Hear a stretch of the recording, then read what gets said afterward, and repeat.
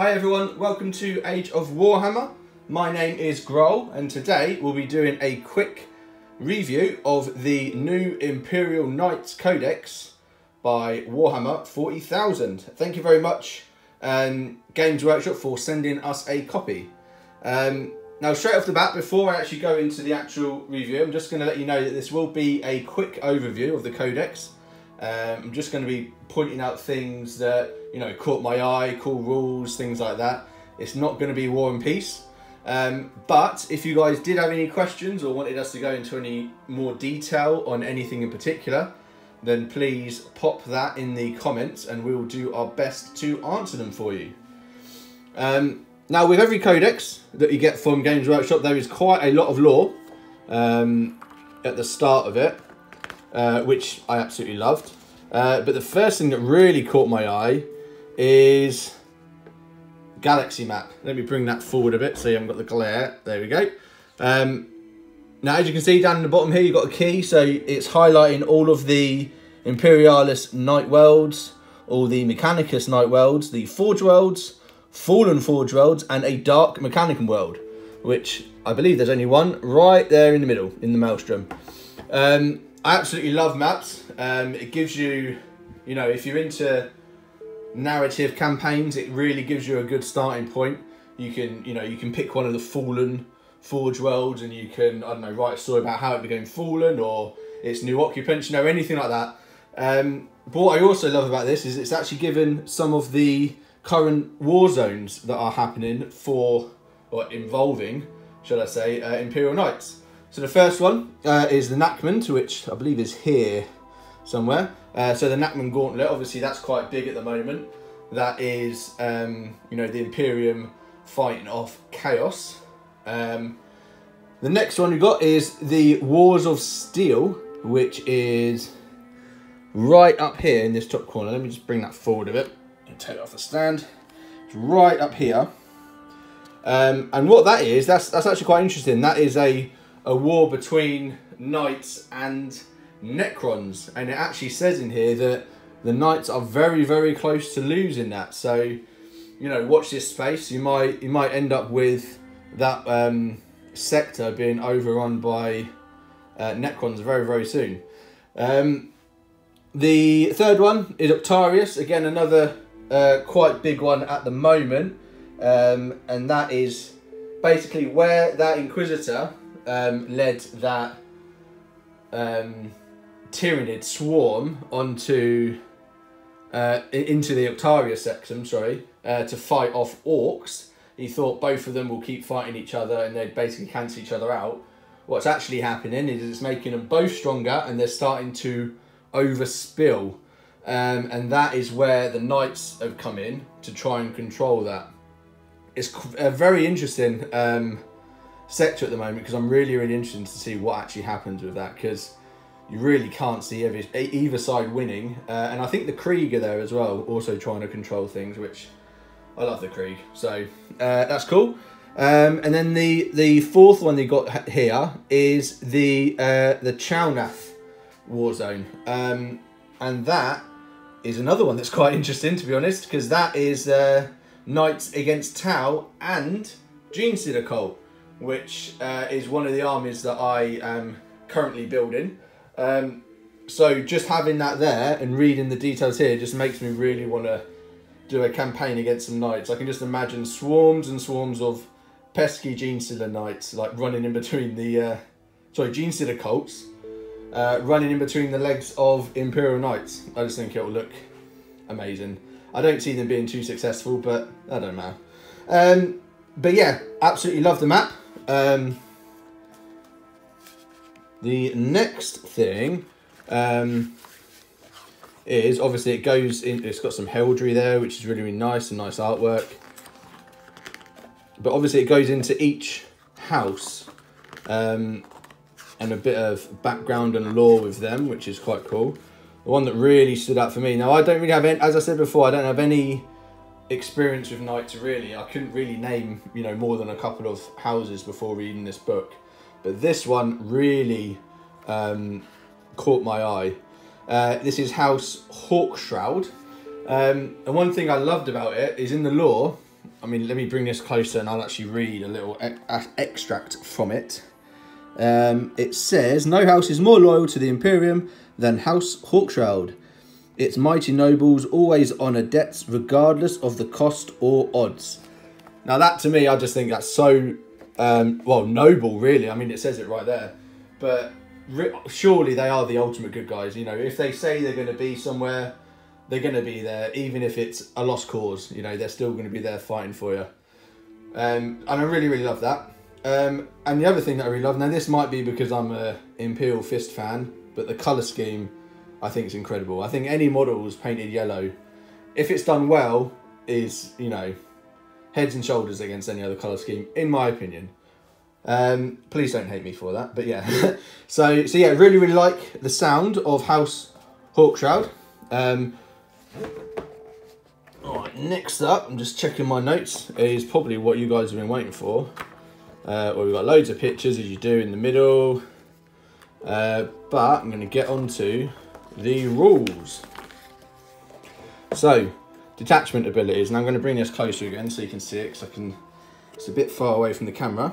Now, first thing I wanted to point out is these household traditions, which are quite interesting. So, let me just steady that. There we go. So, if you've got a detachment, which is, I believe it's at least 3 knights, that classes as a detachment, you get this ability, household traditions. And what that basically is saying is that if they're all from a certain house, so one of the named ones that I showed earlier, then you get certain abilities, which are in some of the further pages, which I'll show you.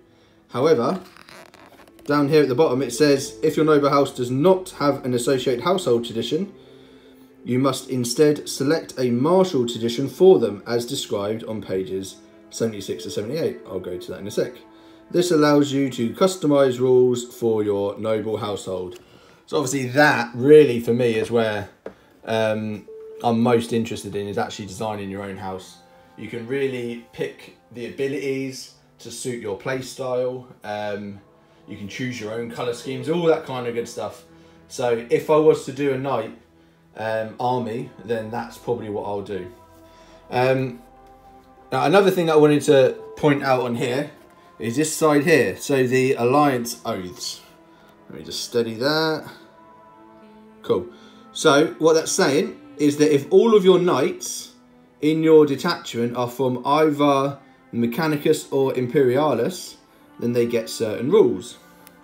The Mechanicus one here adds 1 to the wound characteristics of a model with this Questor Alliance Oath. If the model is Titanic, add 2 runes. And at the start of each of your command phase, a model with this oath regains 1 lost wound. Now that I love, because that, I mean, it's going to help you all the way through your battles. You know, having extra wounds and also being able to regen wounds for nothing, I think is a really, really good one. Now the Imperialis one is actually more about getting your charges off. So if you wanted your Knight House to be more, you know, getting stuck in there and melee, then this is probably the one that you're going to want to pick. But for me, I think I'd go with that one, personally. I see that being more beneficial, especially with the playstyle that I would like to do with my knights, which for me is kind of, you know, standoffish, stand right at the back and just hammer them as they're running towards you. But yeah, so that is probably the one that I would pick. Now, and then obviously you've got, as I said, you've got all of the noble households, and what abilities you get with them. So I mean, if you wanted to have a named one, then by all means, but it does mean that you're stuck with the abilities that, you know, that are there. But I'm sure some of them you'll find to your liking. But as I said before, this is where I would much rather, the route that I would go down is creating my own one. So having my own martial traditions. And there was one, let me just check. There was one that really, really stood out for me. It is actually Imperialis, so you know, you'd have to either pick to be an Imperialis and not have the extra wounds, or you can pick Imperialis. And there's one here, Frontline Fighters, which I really like. Let me just get that into focus. Each time a model with this martial tradition makes a ranged attack, if the target of that attack is within 18 inches of the model, add 1 to the strength characteristic of that attack. That for me is great. I mean, as I said, with my style of fighting, especially if I was, you know, using knights, this is how I would. Stand back, shoot at them, let them run at you. If they get close, your weapons get more powerful. So really it's a win-win. People are going to want to, you know, not get close. And they're going to have to then try and outshoot a knight army, which I don't see being that easy, to be honest. Obviously, you know, some people will be able to do it, but that's what I would pick anyway, and that would be my reasons for it. Obviously, there's lots and lots of others, so I'm sure any of you guys would be able to find one that you really, really liked. So those are the Imperialis ones. Now, the Mechanicus one, the one that I quite liked, is this one, Blessed Arms. So we get that into focus.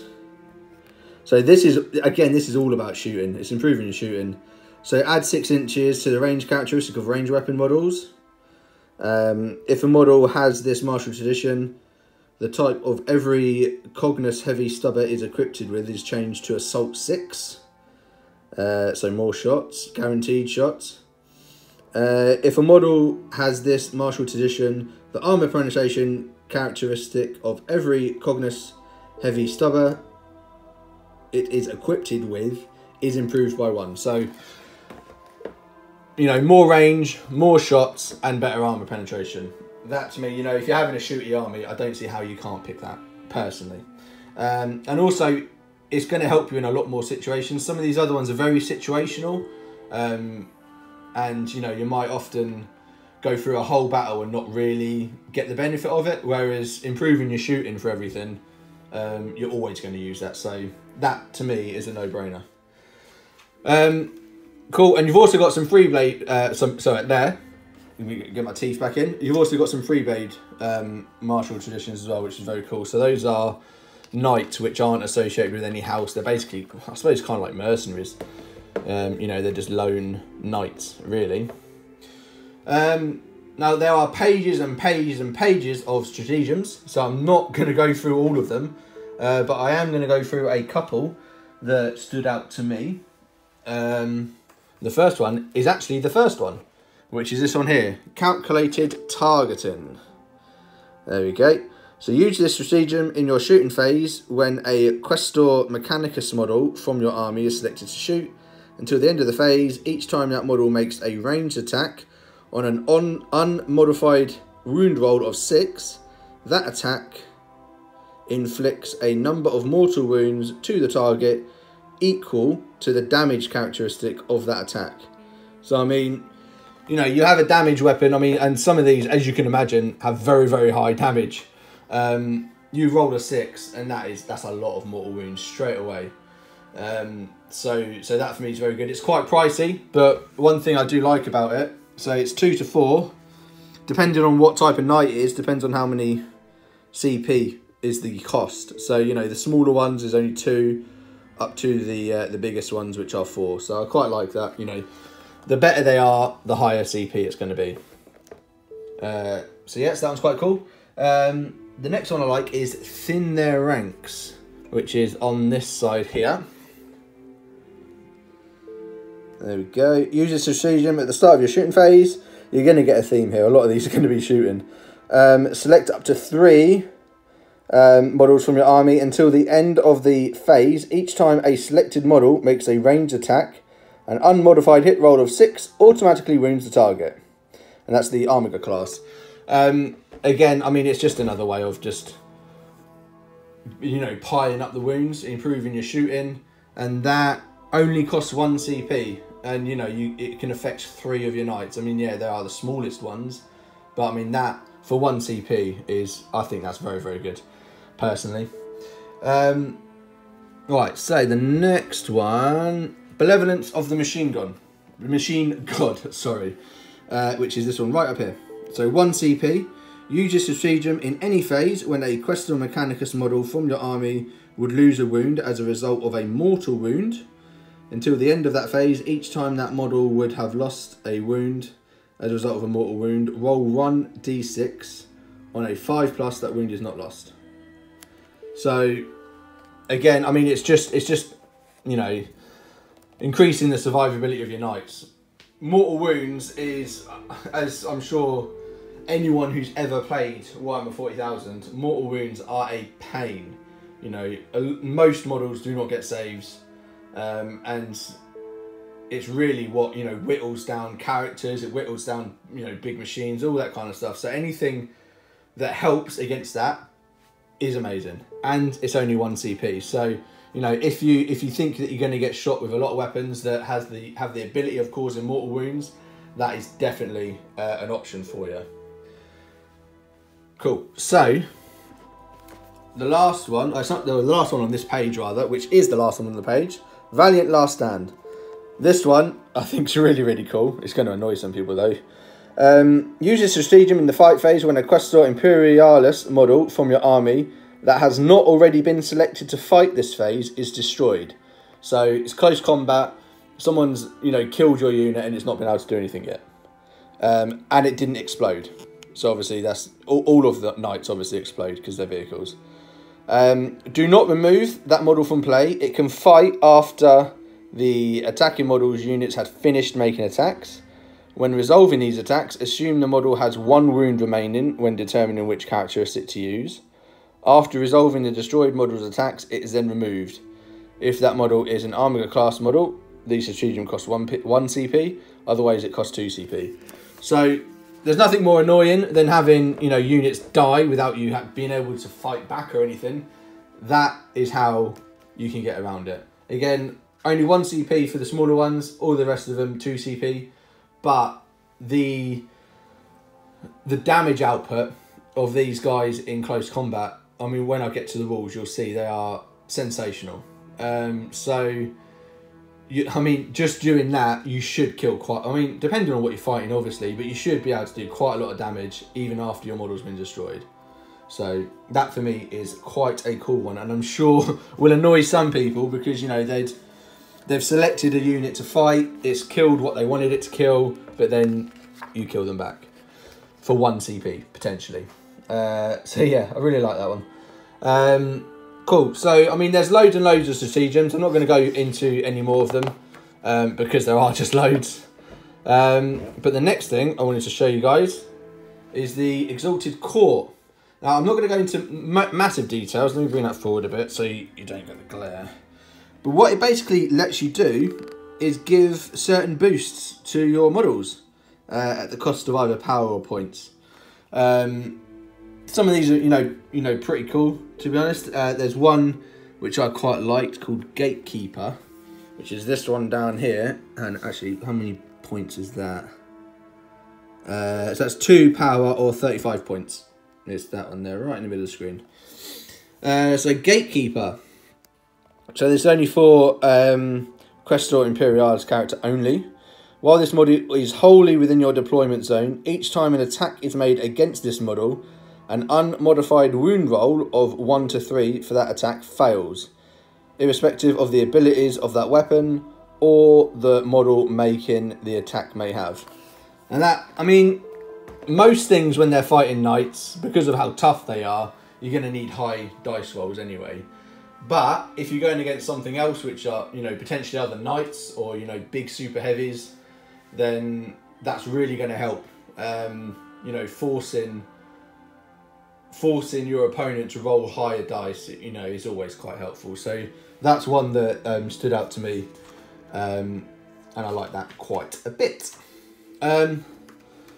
So the next thing I wanted to show you guys, which I think is on the next page, yeah, here it is this bit of artwork. Now I've not seen this before, so I don't know whether it's new or not. It doesn't look new, it's got quite an old style to it, but for me, I just thought it was perfect, and it really depicts the 40k universe to me, and I'll explain why.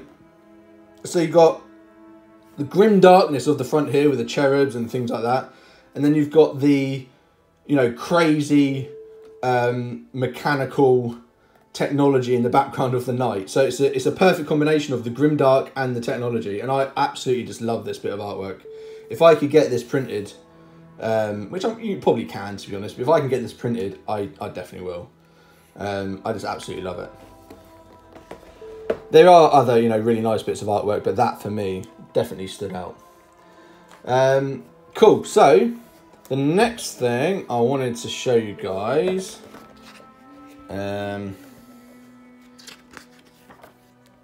is some of the relics, actually. So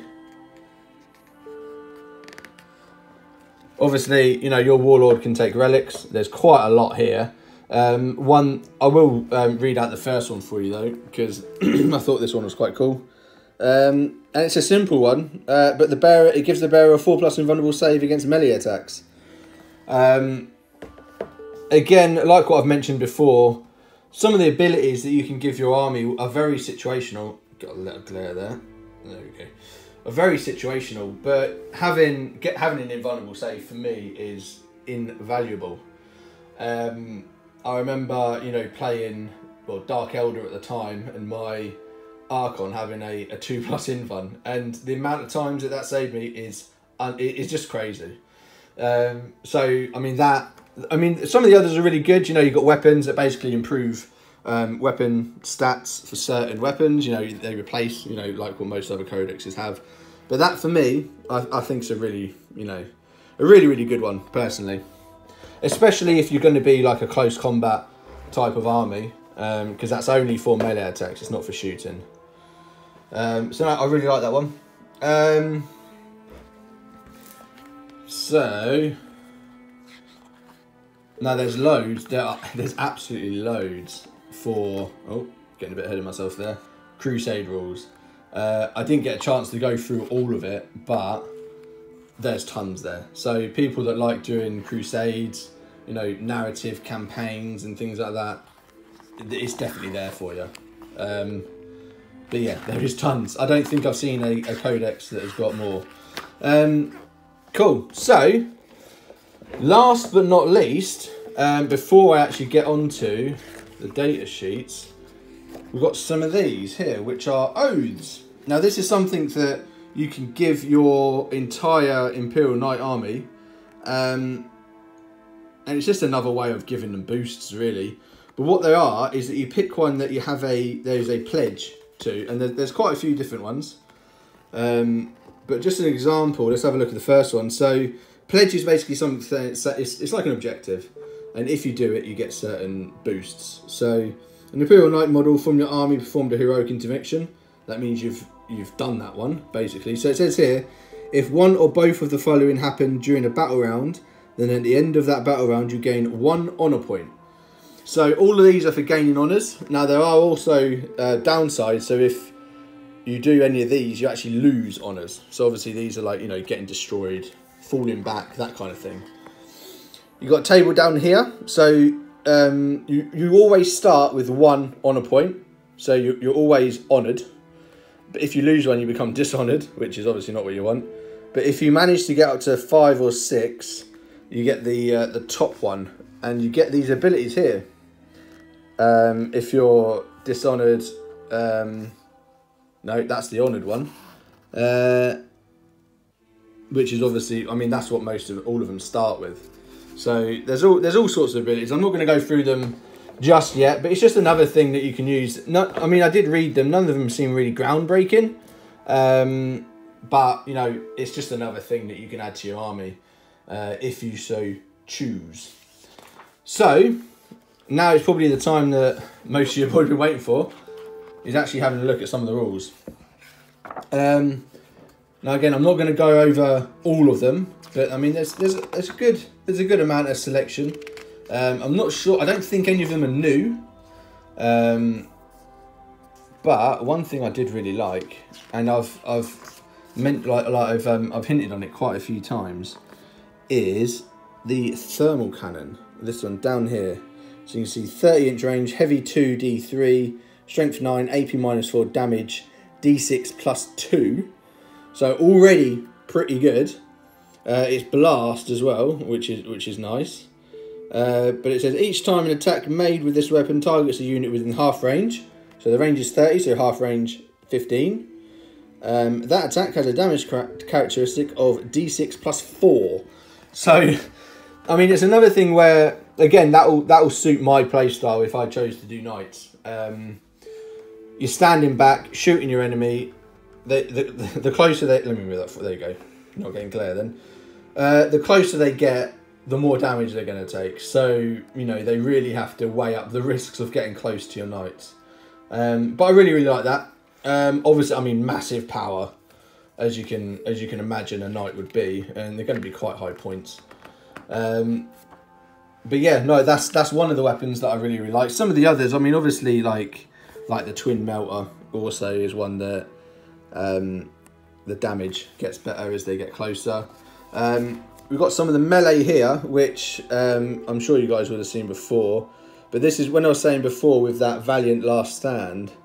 This is how much damage you can do in close combat. I mean, it's crazy. So with the Reaper Chainsword with a strike, so this is where you really want to target basically a single model. It's you know, strength plus 6. So I mean, this Knight Paladin, for example, let me just move that down. It's strength 8. So I mean, plus 6, so strength 14, AP minus 2, and damage just a straight 6.